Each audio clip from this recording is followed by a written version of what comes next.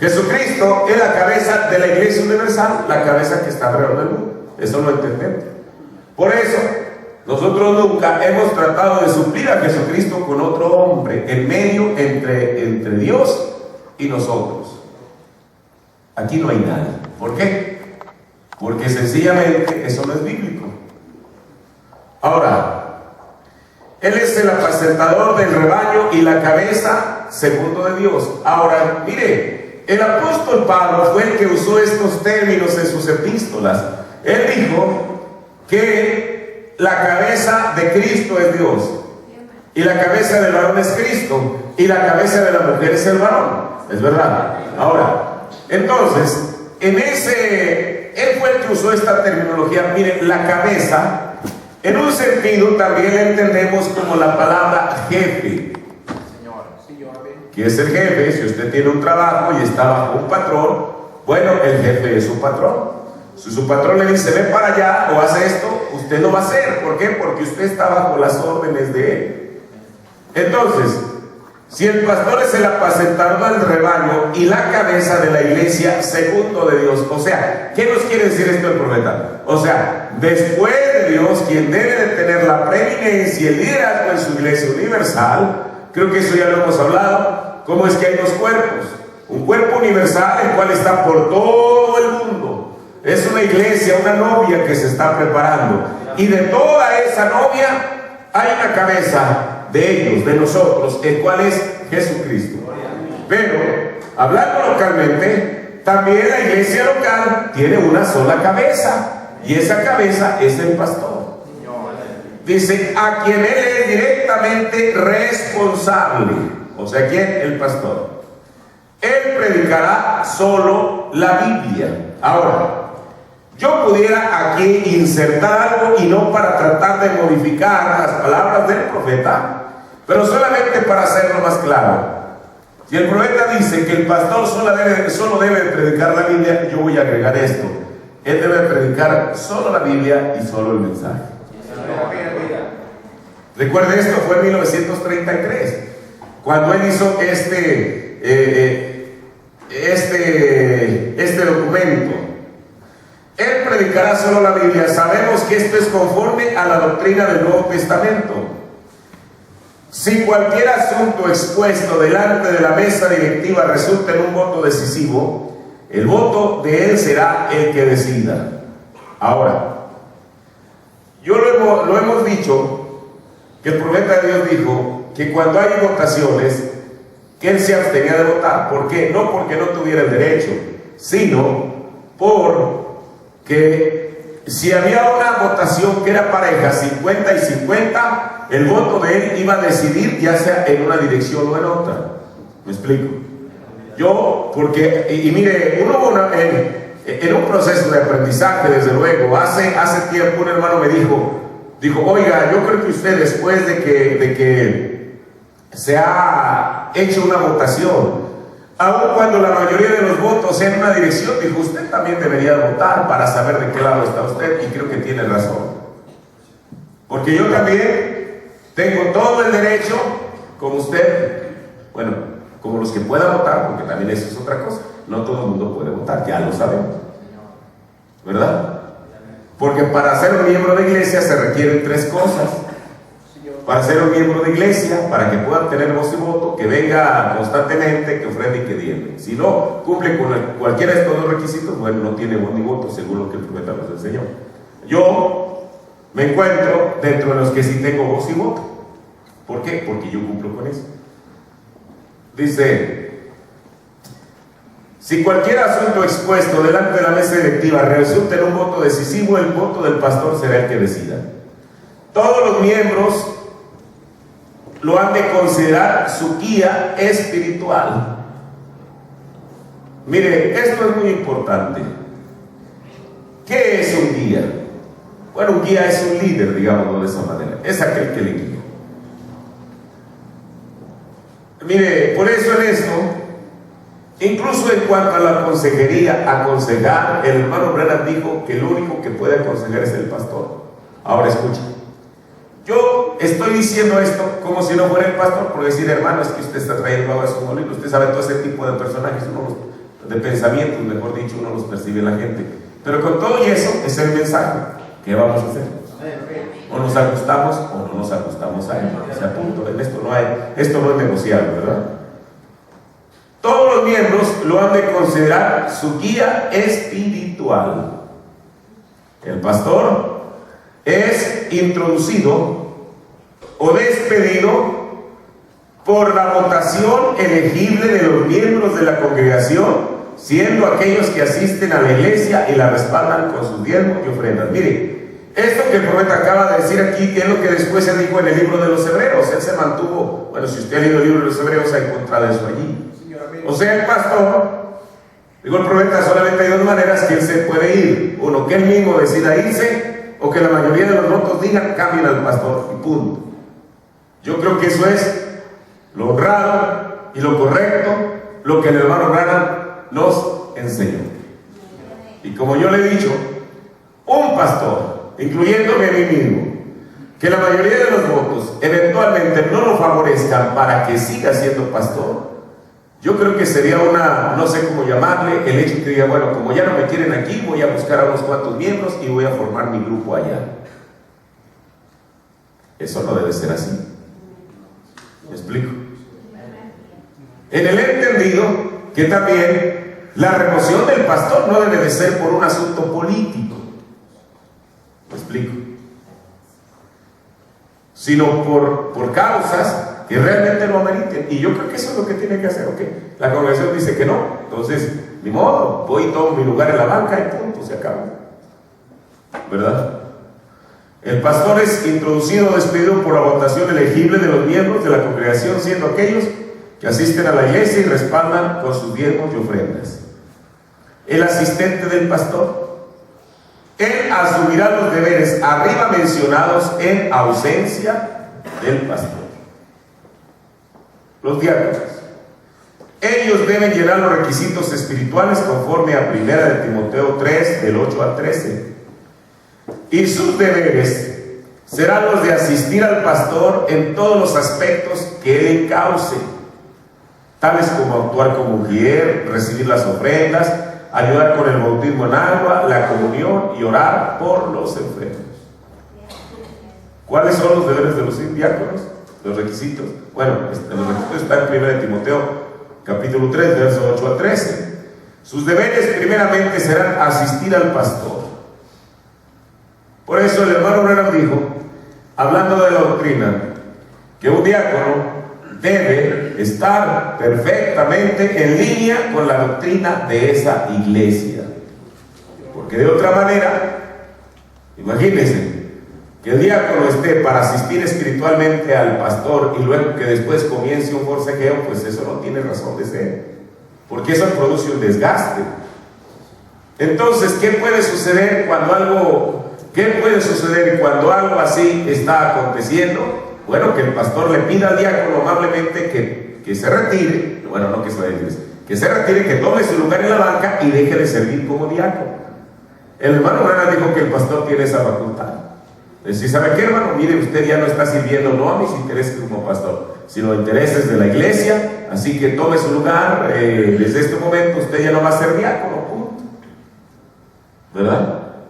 Porque le digo, también el pastor no está para estar, porque se supone que son, como dice el profeta de Dios, aquellos que lo van a asistir y luego estar litigando con ellos.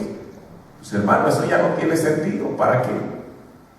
Ahora, entonces, sigo leyendo. Tales como actuar como ujier, o sea, para estar parados en las esquinas. Pero en el entendido que un diácono no solamente es un ujier. Un ujier puede ser ujier sin ser diácono. ¿Por qué? Pues es el que cuida el orden, que trae las peticiones aquí, que eventualmente adorará por la ofrenda, etc. Pero un diácono, la responsabilidad va mucho más allá que eso. Dice el profeta de Dios: recibir las ofrendas, ayudar con el bautismo en agua, en la comunión y orar por los enfermos. O sea, orar por los enfermos no solamente recae en las manos del pastor, sino también recae en las manos de los diáconos. Pero también hay esto: La Biblia dice, estas señales seguirán no a los ministros solamente o a los diáconos, sino que estas señales seguirán a los que creen. Porque si usted está en alguna necesidad y resulta que no está disponible ni el pastor, ni los ministros, ni los diáconos, bueno, usted tiene que asumir su propia responsabilidad como creyente y creer que Dios también escucha su oración, porque después de todo en eso reside, en la fe. Ahora, los síndicos, ellos han de ser los responsables por toda la propiedad relacionada con la iglesia y encargarse de que se mantenga reparada.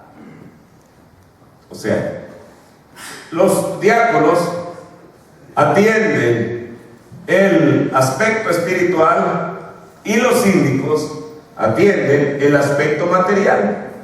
O sea, relacionado a decir el profeta, ellos han de ser los responsables por la propiedad relacionada con la iglesia, o sea, por el edificio, y encargarse de que se mantenga reparada. ¿Sí me explico? Porque usted sabe que, bueno, con el paso del tiempo todo se deteriora, nosotros mismos nos deterioramos, pero hablemos del edificio solamente. Entonces ellos se deben de encargar de supervisar si hace falta esto en la iglesia, hablando de alguna mejora material, y dice encargarse de que se mantenga reparada. Con el consentimiento del pastor, tiene la autoridad de designar fondos a la susodicha iglesia, tales como ofrendas misioneras y evangélicas, fondos de construcción, etc. Todo para el fomento del evangelio de Jesucristo. Ahora, el profeta de Dios en otra parte nos dice que los únicos que deben de tener acceso, y eso fue lo que el profeta de Dios enseñó, los únicos que deben de tener acceso a saber, digamos, el estado financiero de la iglesia, son tres, desde luego: el tesorero, el pastor y los síndicos. Nadie más. ¿Me explico? ¿Por qué? Por eso es que aquí no estamos rindiendo un corte de caja cada mes, porque yo entiendo lo que el profeta dijo. Ahora, yo creo que cuando uno vota por un tesorero y por unos síndicos, yo creo que uno tiene la certeza que son personas honorables y que uno puede confiar en ellos, ¿verdad?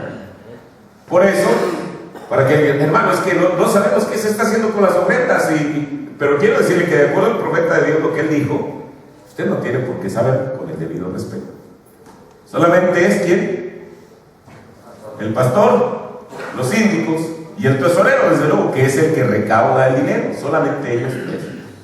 Y cuando hay cualquier programa que involucre dinero de la iglesia, bueno, entonces platicamos ellos tres y entonces vemos qué es lo mejor que se puede hacer para hacer un programa de reparación, alguna remodelación, etcétera, etcétera, etcétera. Ahora bien, dice el profeta, todos para el momento del evangelio de Jesucristo. Y luego al final, él nos habla del secretario tesorero. Miren, una de las cosas que yo he observado, aun cuando el profeta estaba, miren, este reglamento es de 1933. En 1933 ellos apenas habían edificado el tabernáculo urbano, la iglesia iba comenzando. Sin embargo, Dios le inspiró a él a escribir esto para que la iglesia fuera caminando en orden.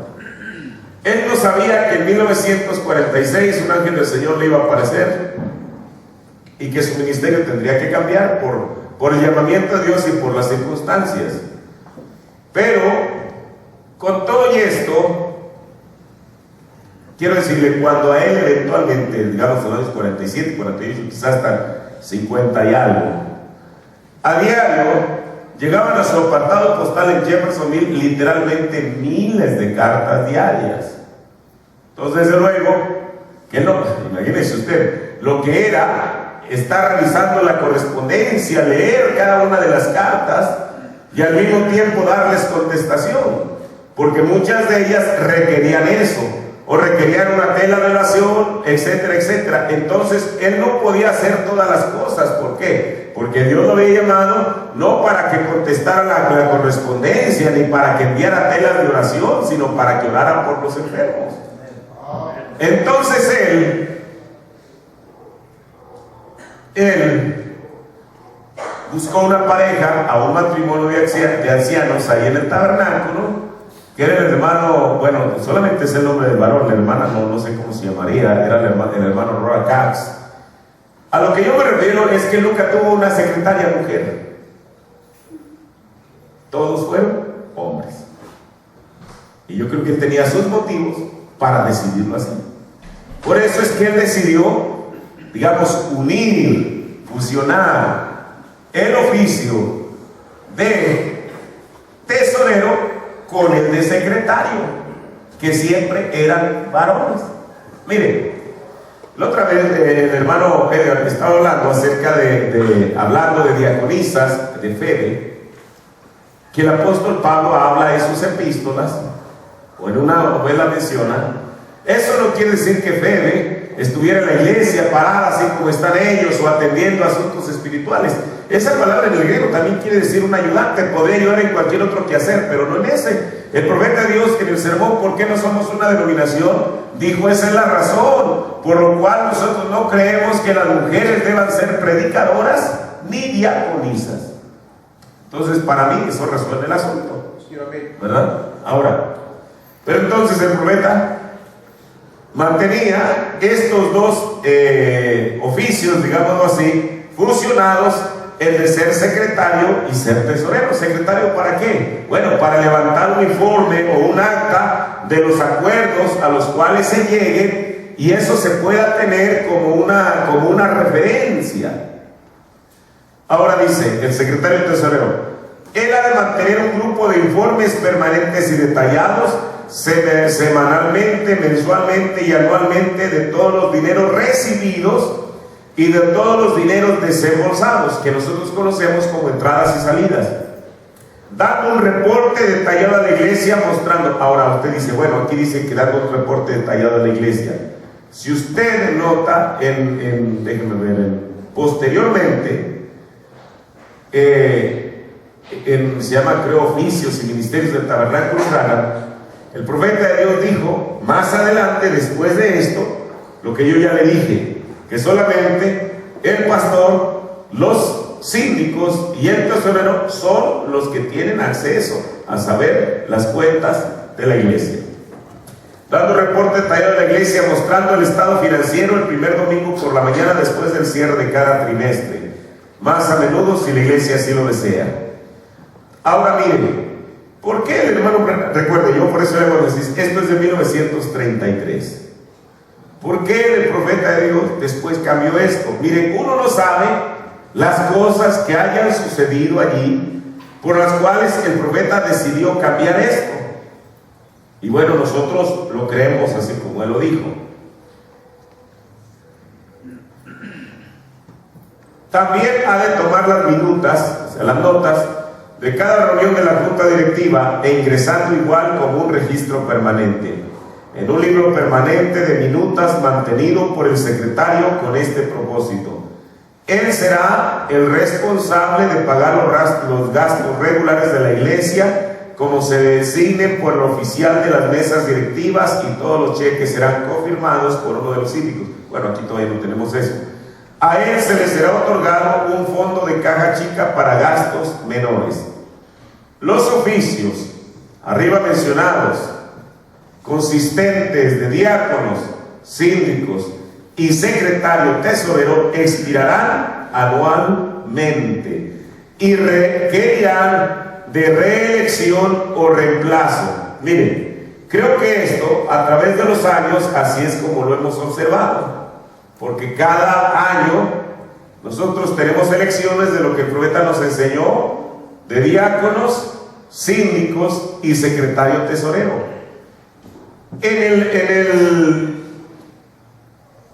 Mire, cada vez que quiero decirlo correctamente no me acuerdo bien el título. Los oficios y ministerios del Tabernáculo Urana, él agrega algo que aquí no dice, que es el superintendente de la escuela dominical. Entonces, cada uno de estos oficios, no son ministerios, son oficios, deben de ser, expiran anualmente, y como dijo el profeta, requerirán de reelección o reemplazo, todos juntos, trabajando juntos en armonía para el fomento del Evangelio y la gloria de nuestro Señor Jesucristo. Así que estas cosas que acabamos de hablar son precisamente para eso. Ese es el orden que el hermano Branham nos dejó, y en la medida de lo posible lo hemos estado aplicando y lo continuaremos aplicando en nuestra iglesia, porque sabemos que esto es lo que da resultado en la manera que Él lo dijo. Así que esta escuela dominical dijo eso para que usted tenga eso en su mente. Son cosas que no son nuevas para muchos de nosotros, ya las hemos hablado, pero digo que nunca está por demás el que la recuerde usted, para que sepa cuál es el orden que Dios nos ha dejado a través de su profeta. Vamos a ponernos de pie. Padre, te agradecemos, Señor Dios, por esta instrucción de tu palabra, Señor, la cual creemos que es así, Señor. La aceptamos y la tratamos de poner por obra en la medida de lo posible, Señor Jesús. Siempre, Dios, considerando, Padre, que tenemos un absoluto, y ese absoluto es el mensaje, Señor. Padre, permite que tu pueblo así lo reciba en su corazón, Señor, en el nombre de nuestro Señor Jesucristo. Amén. Dios les bendiga. Tomen su asiento.